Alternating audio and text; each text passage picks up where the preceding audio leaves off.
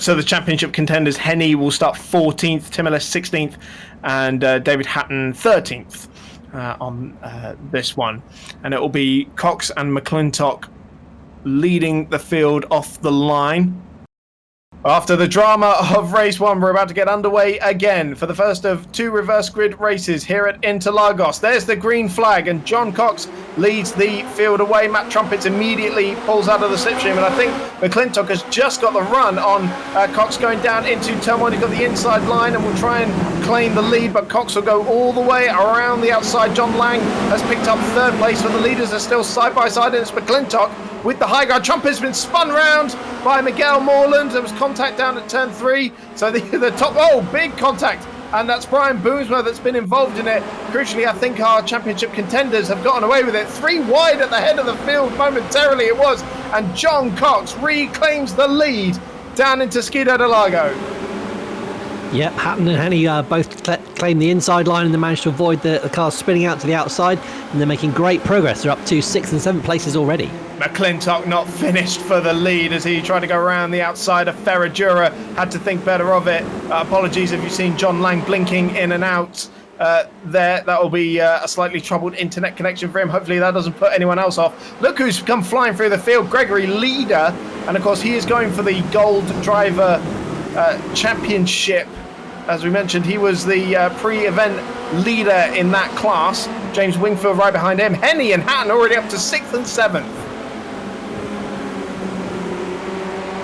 So Cox leads them out of Zhongshao for the first time, and he has half a second over John McClintock, who will be right in that slipstream and probably challenging him down into the centre S again. John Lang not far behind them as well in 3rd place. Gregory Leader coming under big pressure from James Wingfield for 4th place. Then it's Henny and Hatton, and side by side behind them is Shelley and Moorland. Carl Power completes the top 10. And Cox has been pushed round. McClintock's gone into the back of him, and Cox has been punted out of the lead. That's not how we wanted that to go. And it is Gregory Leader who emerges in the lead on that one, ahead of James Wingfield.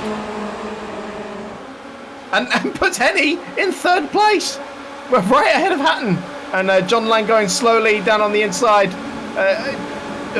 Looked like he might have front wing damage. I'm not sure if he was collected in that incident. And there's Henny moving up into 2nd place already. Hatton's going to follow him through. And the 2 championship leaders side by side. No, it's with Wingfield, with Hatton going around the outside of Ferradura, and Wingfield's not going to yield that one too easily. A very aggressive racer in iRacing is James Wingfield, and a great Caterham racer in real life as well. And still side by side. There's a bit more contact further down, but Hatton and Wingfield still side by side as Henny and Leader starting to pull away from these guys, and still absolutely wheel to wheel through Magulio, and Hatton finally looks like has the inside line for Zhongshao and gets it done. And going back to the front, you got Henny only 0.2 behind. He's going to easily draw alongside Leader down the start-finish straight, Chris. Yep, so once again you get a chance to practice that outside move at turn 1 and put it into practice this time. Wingfield coming back at Hatton as well, but side by side across the line for the lead of the race. And Henny, before they even get to the braking zone, he's back up at the front, so more than making up for the difficulties of race 1. And Hatton just behind them was able to hang on to that 3rd place spot, so he'll now want to close that 1.2 second gap to Gregory Leader. And cars coming out of the pits right as Danny Henny was making the defensive move. That's a little bit sketchy. So Henny holding on for now, although Leader's not done with him. Leader's still coming back at him and alongside as they go towards Ferradura, but I don't think you're going to catch Danny Henny around the outside of there anytime soon. And Wingfield is still really going hammer and tongs at David Hatton. He's not letting him have that place. Hatton, the only thing he wants to do is just catch up with Leader and Henny, but he's under massive pressure, even through the middle sector from Wingfield. And of course, he's got this back marker in between them as well.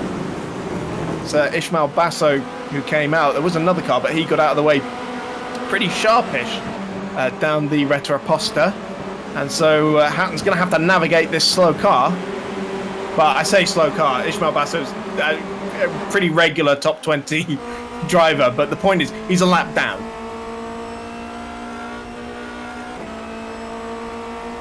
Wingfield's now given Hatton a bit of a breather because Shelley is right on his tail coming down the start-finish straight. So I think Hatton has got the job done here as Shelley goes onto the outside of Wingfield into turn 1. Yeah, and Hatton navigates the slow car, and Shelley round the outside into 4th place. Oh, going to get it stopped! Trying to also go around the back marker, and Wingfield came back at him. Henny has bolted. He is 1 second clear already. Now, Hatton, meanwhile, looked like he was slow through the centre S because Wingfield caught him at a rate of knots and is going up the inside into Skiddo de Lago and could well reclaim that podium place, although Hatton squeezes him up on the curve, runs wide on the exit, and once again, these two are going to go side by side. And a late change there up onto the inside, but no way through into Ferradura.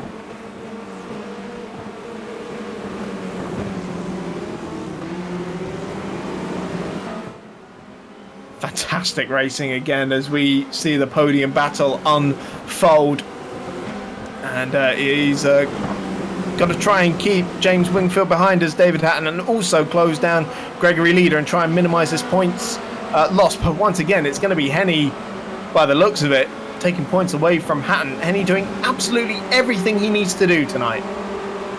That's it, Chris. But if they finishes like this, the championship is still alive going into race 3. There will be a 42-point gap between Henny and Hatton coming into race 3 with 50 points available for the win. So it would take a bit of a problem for Henny, but it is still mathematically possible. Yeah, of course. Don't forget the bonus points as well.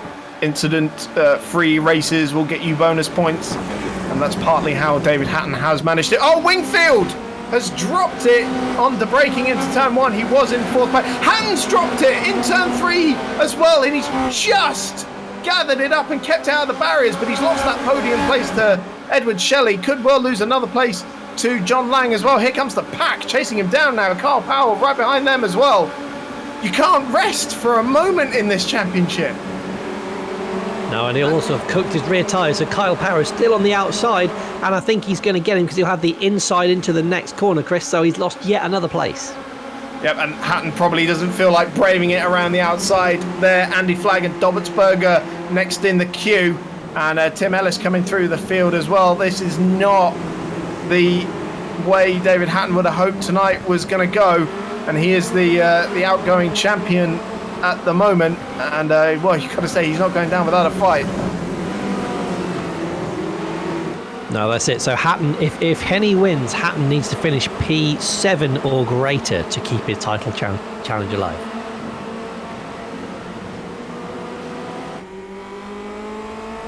That's the crucial number, assuming Henny does take the win, although with 2.2 seconds advantage and still pulling away.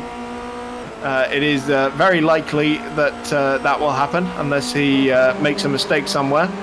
And we have seen that from him so far this week, so don't count anyone out. So what can Hatton do about this traffic now? Going to try and reclaim his podium position. He's got a very lively Kyle Power in front of him who is trying to get round John Lang. I think Hatton's just got to keep his nose clean, but he really has to go for it. He has to get up onto that podium places to have a realistic chance in race 3. With John Lang blinking right in front of them as well, it's going to make him a tough car to pass, really, because it's so hard to actually judge when you can overtake a car that is flickering in and out of existence. And Flagg behind has actually got on the outside of him. Oh, fantastic! Opportunistic! Can he make it work? He's got to try and slot his car into a gap. Hatton trying to squeeze it up on the inside and actually forces Power wide as well. Flagg goes off the circuit. And Hatton out wide again, but he has just held on to that one. That was opportunistic stuff from Flagg. It's just a pack race now, isn't it? Oh, this is fantastic. It's more like NASCAR than single-seaters, but yeah. I think this drag down the start-finish straight is going to be crucial for these guys, so they are so close together. You're going to have a bit of an incident into turn 1, I think, with I think Power's not got quite close enough to Lang ahead of him, so it's going to be Hatton behind and Flagg who are going to be really in the action. Yeah, he had to get out of it at turn 8 while Hatton was defending from Flagg, and that just gave Lang a little bit of breathing room. When was the last time we saw John Lang this high up in a race? He's had a bit of an under-the-radar season, but performing remarkably tonight. So no challenge from Kyle on this occasion. Hatton leaves his braking late, and doesn't manage to mount a challenge. Actually leaves himself exposed once again to Andy Flagg, who's going to go down the right-hand side of the Retro Aposta. Yeah, he got a very poor exit there, and Power just ahead, looks to the inside, doesn't quite make it. Flagg's made it round the outside into the Interlagos, and that's another place lost. So he's in 6th place now, and he needs 7th to keep the title alive. And John Lang's got 2 laps to keep Carl Power behind him to get, I believe, what would be a maiden podium position, Chris? For John Lang? I think so. He has had 2 podiums. Has he? Last season, if I remember rightly. None this season, I believe. It's certainly been a while since we saw him up on the podium, as Rosales and Dobertsberger doing battle behind them, and Rosales lights up the rear tyres and ends up meeting the grass and drops a few places behind them. And so while Dobertsberger was defending, that's actually given Hatton a little bit of breathing space, but not much. 0.6 of a second. And Ellis, another title rival as well, in close proximity. And Carl Power once again looking at John Lang, and has he done him this time? Yes, he has. Round the outside, under braking into turn 1. Lang was flickering in and out on our screens, but that was not going to put Carl Power off. So now he's got to hope he can try and keep him behind. And what's worse, attacking a blinking car or defending from a blinking car? This is the reality of esports, unfortunately. It's just one of those things you've got to deal with. So that's 3rd place for Kyle, who is now on course for his 4th podium finish in the championship. And Lang and Flagg going side by side. Flagg now rounds up John Lang and moves himself into 4th place. So Lang going backwards, and David will hope that he's the next car to round up. And he is indeed down into turn 8, gets it done straight away. Dobertsberger through as well. So that's a little bit more breathing room for Hatton in terms of the championship. I'll tell you who's got a lot of breathing room, Chris. It's Gregory Leader in P2. He's 4.5 seconds behind Henny, but 5.5 in front of Kyle Power. And don't forget, he is our leader in the gold class. So this is going to be, if he can keep it on the road for the last couple of laps, this is going to be a fantastic result for him in the championship. Yeah, absolutely. Dobertsberger, though, is going to fancy a run at Hatton, though. He's very close. And this is going to be a challenge for 5th place, side by side down the straight. It's Dobertsberger on the outside in that black and white Ace of Spades car. And under braking, going to go all the way. Oh, he's squeezing him up on the curb. So, they did touch a little bit there. And Hatton just got a little bit pushed out, and that's put Lang and Ellis back on his tail. And this is a position he can't afford to lose, really. He's in 6th place at the moment. He needs 7th to keep the title alive. And he's got one car side by side with him and another car bearing down on him.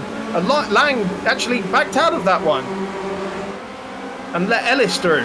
That's an interesting manoeuvre. But that means that Hatton has survived in 6th place for now.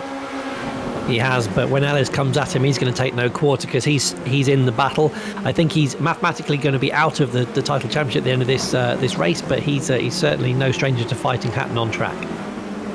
Yep, and Tim's made a great championship challenge. He has done both seasons. There's been the outsider going into the final round in both seasons, the kind of the Sam Bird of our championship.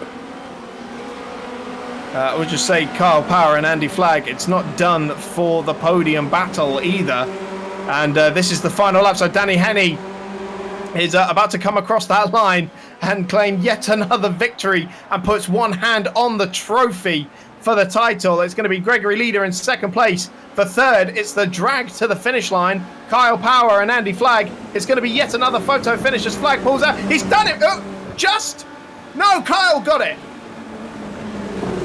No, it's Flagg. Flagg did get it. Our timing screen took a little while to update there, but by 35 thousandths of a second, Flagg nicks the podium position away from Kyle Power. And Dobertsberger did get ahead of Hatton. And that's 6th place for Hatton. So he's just kept himself in title contention. He has, and that last second snatch from Flag meant he only lost 3 points to Leader. I thought Leader was going to make such gains on this race, but actually Flag's done a remarkable damage limitation there. So coming into the final race, Leader will be 435 and Flag will be 426, so it is still all to play for. And don't forget as well, Danny Henney will now start at the very back of the grid, 40th place in the reverse grid race 3.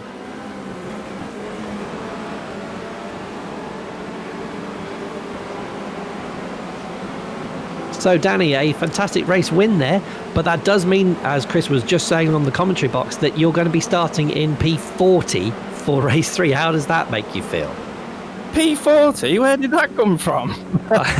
You didn't read the pre-race document. So in the final race, all the positions are going to be reversed. So you're going to be starting right at the back. Oh, that sounds like fun, to be fair. I don't think I'll be winning the race, but I'll give it a bloody good go. Well, the gap between you coming into the final race will be 50 points. So there is, in theory, a mathematical chance if David wins and you score 0 points. So if you DNF, you may still win. That suits me. I'm going to kitchen sink at it then. Good luck for race 3. Cheers. Thank you.